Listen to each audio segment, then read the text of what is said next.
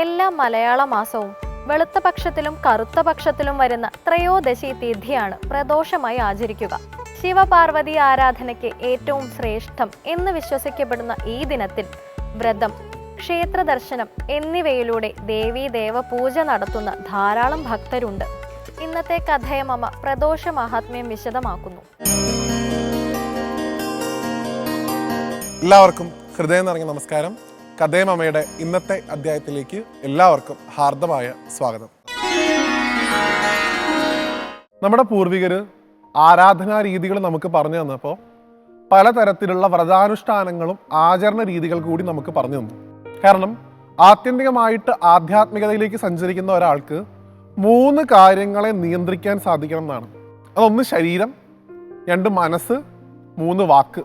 ഇത് 3 നിയന്ത്രിച്ചാലാണ് കൃത്യമായിട്ട് ആധ്യാത്മികതയുടെ പാതയിൽ നമുക്ക് സഞ്ചരിക്കാൻ സാധിക്കുള്ളൂ. ഇതെല്ലാ കാലത്തും നിയന്ത്രിക്കാൻ ചിലപ്പോൾ ബുദ്ധിമുട്ടാവും. അതുകൊണ്ട് തന്നെ ചില വിശേഷപ്പെട്ട ദിവസങ്ങൾ തിരഞ്ഞെടുത്ത് ഇന്നേ ദിവസം ഇത് ആചരിക്കാനായിട്ടൊരു വ്രതം അവർ ചിട്ടപ്പെടുത്തി. അങ്ങനെ ഓരോ മൂർത്തിക്കും ഓരോ വ്രതങ്ങളുണ്ട്. ഇപ്പം ഗുരുവായൂരപ്പനാണെങ്കിൽ ഏറ്റവും പ്രധാനം ഏകാദശിയാണ്, സുബ്രഹ്മണ്യ സ്വാമിയാണെങ്കിൽ ഏറ്റവും പ്രധാനം ഷഷ്ടിയാണ്. ഇങ്ങനെ ഓരോരുത്തർക്കും ഓരോ പക്കം വെച്ച് കണക്ക് വെച്ച് നമ്മൾ വ്രതാനുഷ്ഠാന രീതികൾ ചിട്ടപ്പെടുത്തിയപ്പോൾ സാക്ഷാൽ ശ്രീ മഹാദേവന് വേണ്ടി മാത്രം മാറ്റിവെക്കപ്പെട്ടിട്ടുള്ള ഏറ്റവും പ്രധാനപ്പെട്ട ഒരു അവസരത്തെക്കുറിച്ചാണ് നമ്മൾ ഇന്ന് സംസാരിക്കുന്നത്.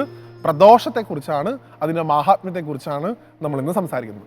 പ്രദോഷം എന്നുള്ള വാക്ക് കേൾക്കുമ്പോൾ തന്നെ നമുക്കറിയാം സന്ധ്യാസമയത്തെയാണ് നമ്മൾ പറയുക. അപ്പം അതുകൊണ്ട് തന്നെ എല്ലാ ദിവസവും പ്രദോഷം ഉണ്ടെന്ന് വെച്ചാൽ എല്ലാ ദിവസവും പ്രദോഷമുണ്ട്. എന്നാലും മാസത്തിൽ 2 തവണ വരുന്ന പ്രദോഷങ്ങൾ പ്രധാനമായിട്ടും കണക്കാക്കുന്നു. ഒന്ന് വെളുത്ത പക്ഷത്തിൽ വരുന്ന പ്രദോഷവും 2 കറുത്ത പക്ഷത്തിൽ വരുന്ന പ്രദോഷവും. അതായത് അമാവാസി കഴിഞ്ഞിട്ട് വരുന്ന പ്രദോഷവും അതുപോലെ തന്നെ പൗർണമി കഴിഞ്ഞിട്ട് വരുന്ന പ്രദോഷവും. ഇതിൽ കറുത്ത പക്ഷത്തിലെ പ്രദോഷത്തിനാണ് പ്രാധാന്യം കൂടുതൽ. അത് തന്നെ കറുത്ത പക്ഷത്തിലെ പ്രദോഷം ശനിയാഴ്ചയായിട്ടാണ് വരുന്നതെന്നുണ്ടെങ്കിൽ ഏറ്റവും പ്രാധാന്യമാണെന്നാണ്. പ്രദോഷ സമയത്ത് ഏതൊരു കാര്യത്തിൽ തുടക്കം കുറിക്കാനും വളരെ നല്ലതാണെന്നാണ് പറയുക. പൊതുവിൽ നമ്മളെപ്പോഴും ഈ സന്ധ്യാസമയം മോശമാണെന്നൊരു വ്യാഖ്യാനമുണ്ട്. അങ്ങനെയല്ല, ഈ പ്രദോഷ സമയത്ത് ഭഗവാനെ ആരാധിച്ചുകൊണ്ട് ചെയ്യുന്ന ഏത് കർമ്മവും വിശേഷപ്പെട്ടതായിട്ട് മാറും എന്നാണ് പറയുക. അതുകൊണ്ട് തന്നെ മഹാദേവനെ പൂജിക്കാൻ ഏറ്റവും പറ്റിയ സമയമാണ് പ്രദോഷം. അതിൽ തന്നെ ശനിപ്രദോഷം ഏറെ കേമാണെന്ന് ഞാൻ പറഞ്ഞു. എല്ലാ മാസത്തിലും വരുന്ന കൃഷ്ണപക്ഷത്തിലെ കറുത്ത പക്ഷത്തിലെ പ്രദോഷമാണ് ശിവക്ഷേത്രങ്ങളിലൊക്കെ ആചരിക്കാറുള്ളത്. അതെന്താണ് അതിൻ്റെ സങ്കല്പം എന്ന് ചോദിച്ചു കഴിഞ്ഞാൽ, ആ പ്രദോഷ സമയത്താണത്രേ ഭഗവാൻ ആനത്തോല് പുതച്ചുകൊണ്ട് പുലിത്തോൽ ഉടുത്തുകൊണ്ട് തൻ്റെ അർദ്ധാംഗിനിയായിട്ടുള്ള ശ്രീപാർവതിയെ രത്നത്തിൻ്റെ ഒരു പീഠം ഉണ്ടാക്കിയിട്ട് അതിൻ്റെ മുകളിൽ ഇരുത്തി ഭഗവതിക്ക് കാണാനായി ഭഗവാൻ ആനന്ദ നടനം ചെയ്യുന്ന സമയമാണത്രേ ഈ പ്രദോഷ സമയം. ആ സമയത്ത് ആ ഭഗവാന്റെ നൃത്തത്തിന് പിന്തുണ കൊടുക്കാനായി സകല ദേവന്മാരും ഭഗവാന്റെ കൂടെ ഉണ്ടാവുന്നതാണ്. ഭഗവാൻ നൃത്തം ചെയ്യുമ്പോൾ താളം പിടിക്കുന്നത് ബ്രഹ്മാവാണ് എന്നാണ് സങ്കല്പം. ഭഗവാൻ നൃത്തം ചെയ്യുമ്പോൾ മൃദംഗം വായിക്കുന്നത് വിഷ്ണു ആണെന്നാണ് സങ്കല്പം. ഭഗവാൻ നൃത്തം ചെയ്യുമ്പോൾ വീണ വായിക്കുന്നത് സരസ്വതി ദേവിയാണെന്നാണ് സങ്കല്പം. ഭഗവാൻ നൃത്തം ചെയ്യുമ്പോൾ പുല്ലാങ്കുഴൽ വായിക്കുന്നത് സാക്ഷാൽ ദേവേന്ദ്രനാണ് എന്നാണ് സങ്കല്പം. ഇവരുടെയൊക്കെ ഈ വാദനങ്ങൾ കേട്ട് ഭഗവാൻ നൃത്തം ചെയ്യുമ്പോൾ ഒപ്പം നന്ദിയും ഭൃങ്കിയും ഭഗവാന്റെ കൂടെ ഢോലക്കും ഢമരും ഒക്കെ മുഴക്കി നൃത്തം ചെയ്യാറുണ്ടത്രേ.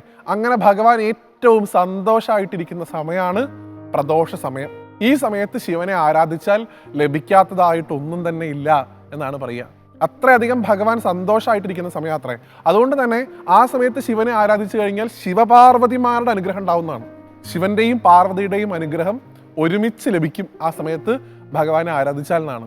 എങ്ങനെയാണ് ഭഗവാനെ ആരാധിക്കാൻ സാധിക്കുന്നുണ്ടെങ്കിൽ ആ സമയത്ത് ശിവക്ഷേത്രങ്ങളിൽ പോയി അവിടെ നടക്കുന്ന പ്രദോഷ പൂജയിൽ പങ്കാളികളാവുക. സാധിക്കുമെങ്കിൽ ഭഗവാന് ഇളനീര് കൊണ്ട് ധാര കഴിക്കാം, തീർത്ഥം കൊണ്ട് ധാര കഴിക്കാം, പാല് കൊണ്ട് ധാര കഴിക്കാം, കുവളമാല ഭഗവാന് ചാർത്താം, ഭസ്മം കൊണ്ട് ഭഗവാനെ അഭിഷേകം ചെയ്യാം. ഇങ്ങനെയുള്ള കാര്യങ്ങളൊക്കെ ചെയ്തുകൊണ്ട് പ്രദോഷ പൂജയുടെ ഭാഗമായിട്ട് മാറാൻ സാധിക്കും.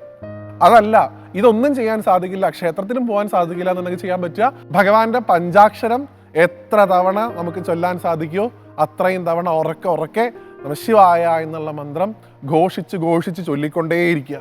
പ്രദോഷ സമയം കഴിയുന്നത് വരെ, ഏതാണ്ട് ഭദ്രകാളിയാമത്തിലേക്ക് കടക്കുന്ന സമയം വരെ നമുക്ക് ചൊല്ലാൻ സാധിക്കുമെങ്കിൽ അത്രയും നല്ലത്. പഞ്ചാക്ഷരം ചൊല്ലിയാൽ മാത്രം തന്നെ ഭഗവാന്റെ പ്രീതി ഉണ്ടാവുന്നതാണ്. അപ്പോൾ പ്രദോഷ സമയത്ത് ഭഗവാനെ അത് ചൊല്ലി ആരാധിക്കുകയാണെങ്കിൽ കിട്ടുന്ന ഗുണങ്ങളെക്കുറിച്ച് ചിന്തിച്ചു നോക്കൂ. ഇതൊക്കെ ചെയ്തു കഴിഞ്ഞാൽ എന്ത് കിട്ടും? എല്ലാ തരത്തിലുള്ള അഭീഷ്ടങ്ങളും ഭഗവാൻ നടത്തിത്തരും.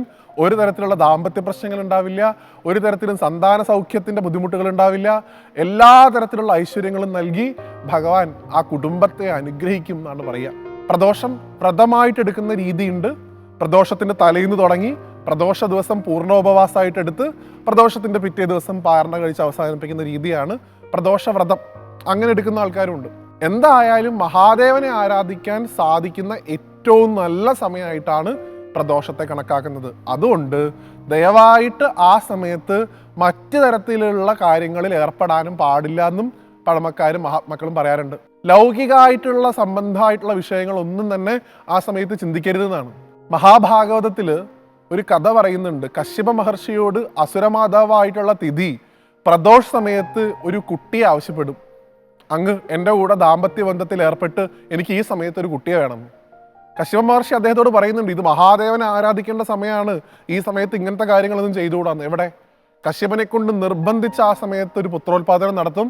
ആ കുട്ടികളാണ് ലോകം കണ്ട ഏറ്റവും വലിയ ക്രൂരന്മാരായിട്ട് ജനിക്കുന്നത്, ഹിരണ്യാക്ഷനും ഹിരണ്യകശിപുവും.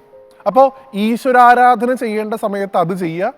മറ്റുള്ള സമയങ്ങളിലാണ് ലൗകികമായിട്ടുള്ള കാര്യങ്ങൾക്കൊക്കെ നമ്മൾ ശ്രദ്ധ കൊടുക്കേണ്ടത്. അതൊന്നും വേണ്ടെന്നല്ല, പക്ഷെ പ്രദോഷം ഒരിക്കലും അങ്ങനെയുള്ള കാര്യങ്ങൾക്കൊന്നും വിധിച്ചിട്ടുള്ളതല്ല. ഇന്ന് നമ്മളുടെയൊക്കെ ഗൃഹങ്ങളിൽ തന്നെ പ്രദോഷ സമയത്ത് ആരാധന അല്ലാതെ മറ്റു കാര്യങ്ങളൊക്കെയാണ് നടന്നുകൊണ്ടിരിക്കുന്നത്.